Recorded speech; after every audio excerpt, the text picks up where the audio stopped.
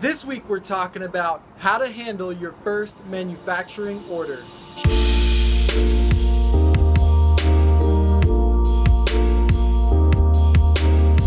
Welcome back to the Inner China Show. This week I'm in Guangzhou, actually out on the balcony at Rico's apartment here.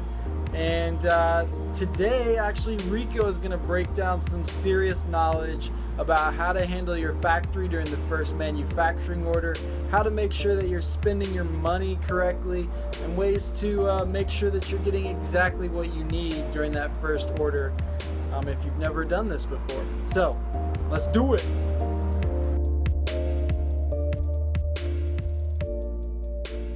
So yeah, I mean the basics are you want to start off with a 30% deposit, maybe at the very most 50%, but first order, factory is always going to try to push 30% is what I always go for. In terms of bank transfer fees, standard, I mean, it depends on your bank account situation. Like you can be sending money directly into China from the US. You have to keep in mind that, when you send US dollar to a Chinese bank account, there's a deduction. They receive it in USD and then they need to transfer it into RMB. So they're going to incorporate those fees into your purchase order. So if you can find a way of paying them in RMB in China, whether that means you're physically in China or you have an agent or something that can receive the money on your behalf and pay the factories directly, that's the best option. There are other methods right now. There's a company called Remitsi. They process cross-border payments through Bitcoin. It's pretty cool, actually. I know the founder, the CTO and co-founder, and I interviewed him for my podcast.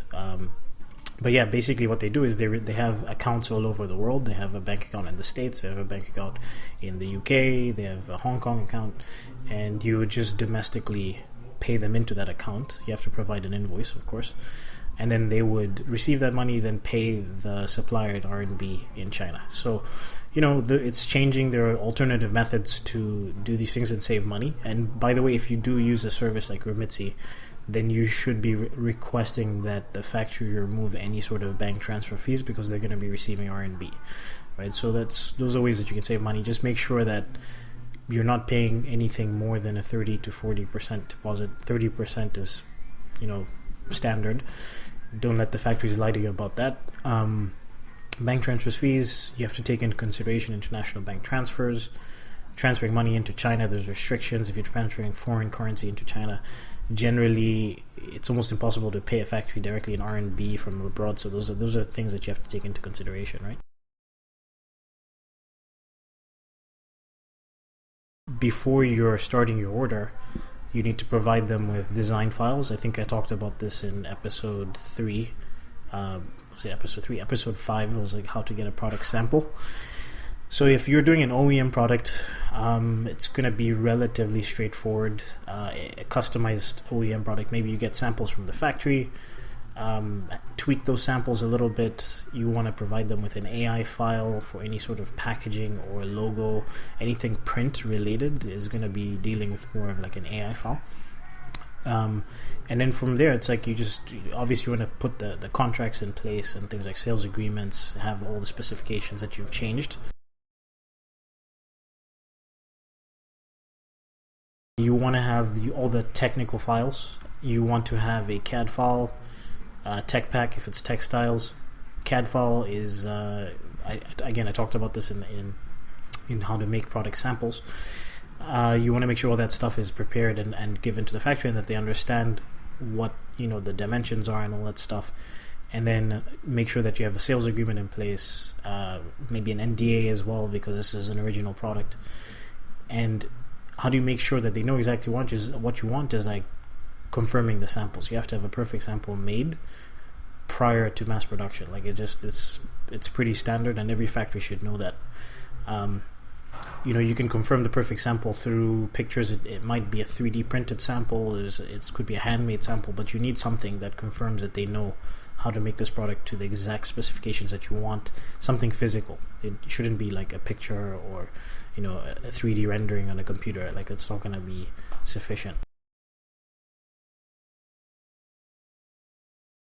First order, it depends on the product for sure, but and if you're making molds, like it really depends on the product. But I would say anywhere between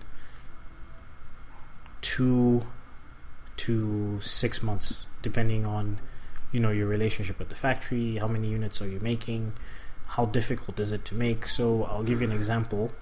We have in our community Ruggy, Winston Tam, raised over $400,000 and entered China. He got funded, I think, in February or April, and obviously started the production process and design process after that. I think he's only just getting. This is now like end of August. I think he's only just getting to a stage right now where he's about to finish the order and then ship. He's still on time for his backers, but it's just like it takes a long time because his product is very complicated and there are multiple steps, multiple factories involved. So his is one of those 6-month type projects, right? Whereas you can have something else that's a little bit more simple, maybe a watch. No offense, Luke, but like a watch which has been made before and the factory knows how to make a watch, so the R&D phase and the production phase of that is not going to be as long if the factory is on point. After you confirmed the final sample, you're going to pay the deposit. If you're making a mold, you're going to pay a deposit on the mold first. Anywhere between, this is more like sometimes the factories ask for 50% deposit on the mold. That's more normal. So they're going to start making a mold. Mold could take 35 days. During that time process, they they're tooling and all that stuff, and then they start to give you initial samples off of the mold. You confirm those, you tweak those. Hopefully there aren't too many issues with those initial samples. Once the mold is completed, you pay the final deposit on the mold, and then you would pay for sometimes you want to pay for like a sample run. We do that with our clients, especially if it's a slightly more complicated product, and we just want to make sure that when they do a little bit of a higher number of products, that there are less defects. But you might pay 30% now deposit on the actual order, including a sample run. So the order itself, you start to go into mass production. Mass production again could be, depending on how complicated the product is, 30 working days to 60 working days. It just depends on the product, right? Especially because you're making this for the first time, it's a little bit more unpredictable. During mass production, you're going to have initial, maybe they're making the paint mold as well. Paint mold is kind of like, it's the metal masks that go over certain parts of the product so that they can spray paint that specific area to the specification that it needs to be painted, like whatever color needs to be painted.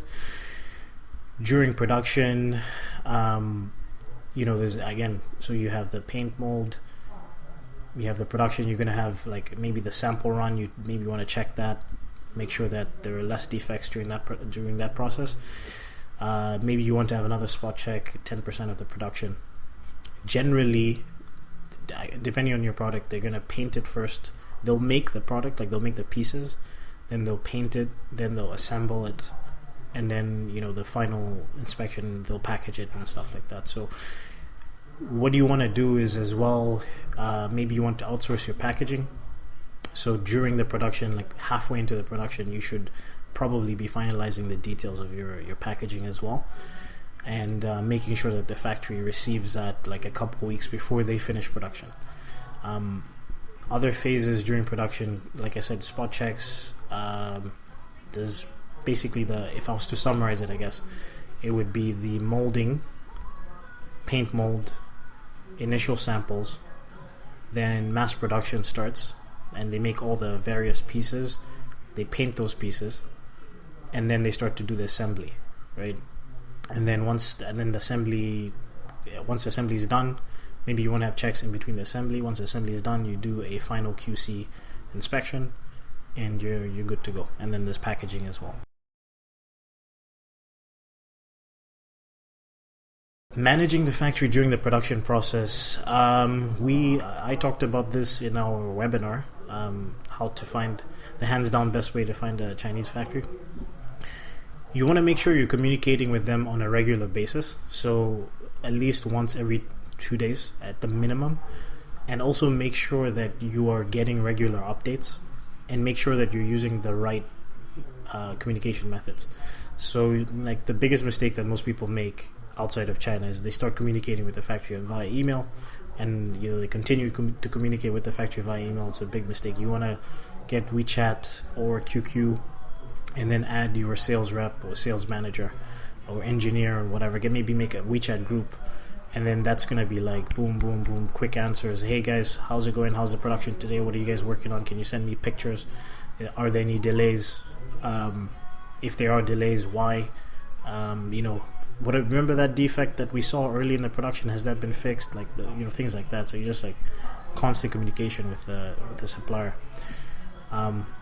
As well, spot checks is another thing that a lot of people don't do, that they could be missing out on. And it doesn't have to be like, if you're on a budget, you don't have to hire a sourcing agent to do a spot check. You can literally hire a Chinese assistant to just go to the factory, take a bunch of pictures, and give you a little bit of a report and instant feedback on what issues are popping up and what things have been fixed, what things need to be fixed, because there's always issues, especially if it's the first time you're making a product. Like it's never been made before, so there's always going to be issues. And then of course, even though the factory is working for you technically, they're not going to allocate somebody to go and check the production the entire day and take 100 pictures. Like, you need to maybe bring somebody else outside to do that. They might take 5 to 10 pictures for you, but they're not going to spend like an hour taking pictures. And then of course, if you're here in China, just go yourself. So that's the best way to manage the production process along. It's just constant communication, be in their face, not rude, but just, hey, once every 2 days, updates.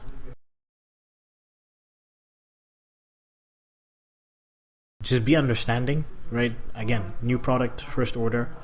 Be understanding. They're not going to always bend over backwards for you, because it is the first order, and quite often factories just get a one-time order and they never see that customer again. Make sure that you are being professional. Make sure that you have all the right documentation in place.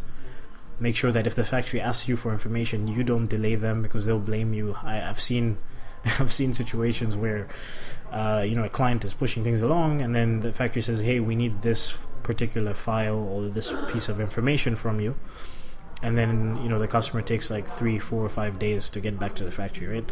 And then the order gets delayed, and then the customer is pissed off, because he's like, well, why did you delay my order? And the factory is saying, well, remember that piece of information that we needed 2 weeks ago? You pushed it back 3 to 5 days, so we had to push your production back. Like, it's just, so make sure, like, if they do request any info from you, try to get back to them as quickly as possible, so they don't even have that excuse to use. And yeah, just be understanding. Mistakes are going to happen. Make sure that if something pops up and there's an issue, you're not blaming them, you're just trying to figure out how to fix that issue, right? So very important stuff is like how you conduct it. Just don't blame anybody. I talked about this before. Is just be understanding and always be thinking of solutions rather than the problem. Your order is completely finished once the production is completed and you've performed an FRI inspection, which is a final random inspection, QC, by a third party, not by the factory. And then you get confirmation that the product has met your quality standards. When we're talking about quality standards, we're talking about AQL standards. And then you pay the final deposit. Things, obviously the product is packaged, and depending on your agreement, so if you're doing like an X-Works order with the factory, that means that once you pay them, once that product leaves the factory, they're not responsible. You need to pay them before it leaves. If it's like FOB, then the factory is responsible for taking the product to the port or to the warehouse, and then you pay them at that stage. And then from there, the freight forwarder, or you for that matter, takes responsibility.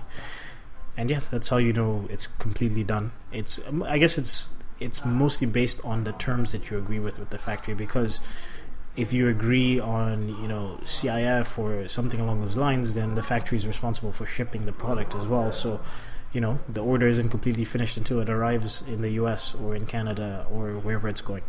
So that's it. Cheers.